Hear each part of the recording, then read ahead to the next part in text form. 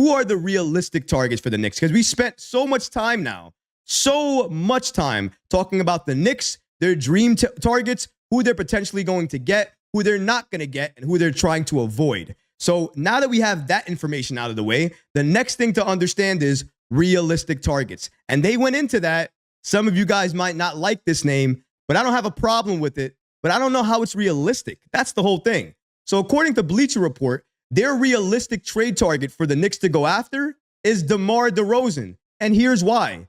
The non-taxpayer mid-level exception would pay DeRozan far less than the $28.6 million he made in 2023-2024.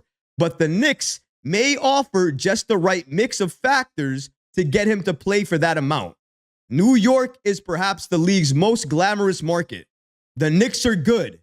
Madison Square Garden was electric this season, and juicing the bench with DeRozan scoring could push them a bit closer to genuine contention.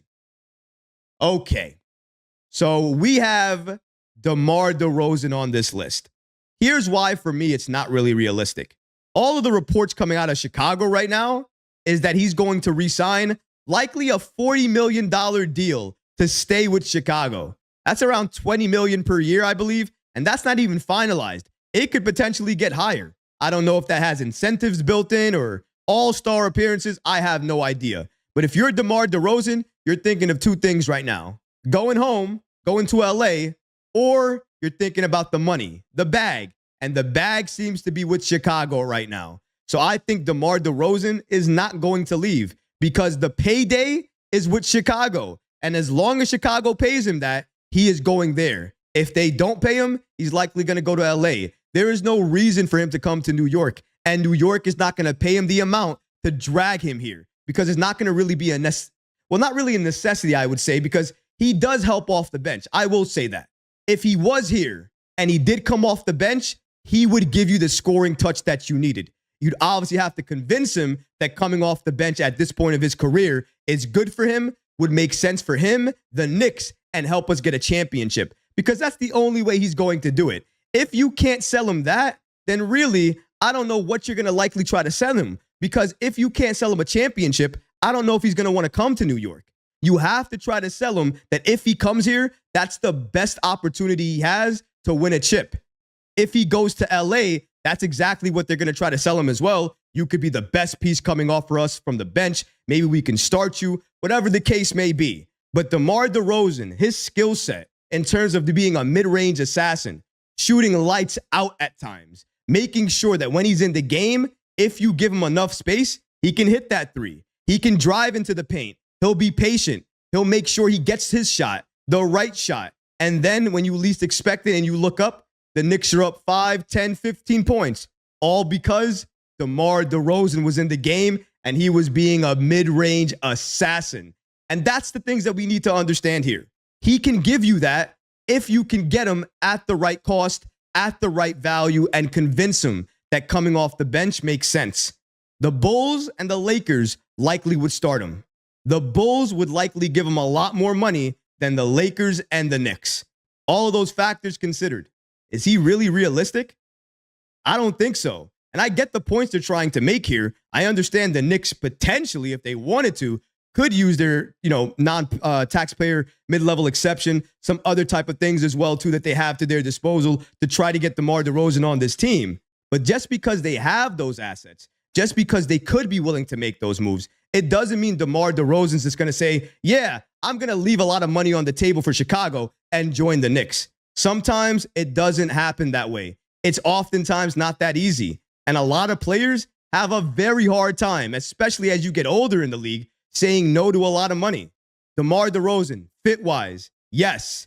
Cost-wise, no. And if we have to trade for him, what would I have to give up to get DeMar DeRozan on this team? These are all the things we're going to have to consider because I don't think the Bulls are just going to let him go. They're likely going to re-sign him and try to sign and trade him if they try to move him at some point. These are the things that I think Chicago might be considering right now, but it's too soon to really think about that because we're a few weeks away from the offseason. But realistic? I don't think so. But what about you guys? Do you guys think he's realistic? Do you think DeMar DeRozan is the most realistic pick right now? Please let me know in the chat. I got to go to the chat gang anyways because you have been lighting it up, killing it right now, and I really appreciate you guys. So let's keep it going here. Let's see. Hector. Okay. I like it. Do you like it? Do you like it a little bit? Because I'm just saying, man. I'm just saying, if we talk about it in those terms, we talk about it in terms of fit, right? I can understand it in terms of fit, but not cost. I don't think we can understand it in terms of cost. Let's keep it going here. Bricks Nation says, we gonna be a top 6 team. Bricks Nation says, if we add Mikal, our picks won't matter for the next 4 years. That's true, because we will be a top 6, maybe even a top 3 team for the next few years. So maybe the picks won't matter. But even though if the picks don't matter, it's still about cost. I don't care if the picks don't matter. He's not worth all of those picks. So why would I give up all of those picks for a player that is simply not worth it? That's all I'm saying. I understand if the Knicks really want him and they went ahead and did that offer, I wouldn't be 100% mad. I would understand it. But I would say, why couldn't you do it with less picks? Because I feel like Mikal's, his value is so low. His value is on the ground right now, given the bad season that he had. So why would I give up so many assets in order to get him?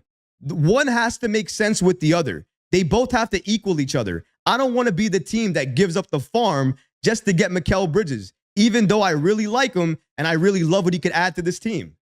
Keep it going for the comment gang here. AP says, I think he wants to win. Alfonso says, I like Randle, but he's injury prone. And if you have a chance to complete the Villanova Knicks with Bridges and the Nets with Randle, I'm not going to allow Randle to prevent me from getting him. But see, the thing is, though, Randle's better. Randle's the better player. I understand fit-wise, but I think even fit-wise, Randle fits this team better than Mikal does because of the chemistry that he's built up with his team over the last few years. I understand the Randle hate and potentially not wanting him to be on this team because you're looking at other players and thinking they might fit better. But you got to give some credit to Randle and all of the work he's put in for the Knicks over the last few years. If anything, a lot of players look to him and what he's trying to do.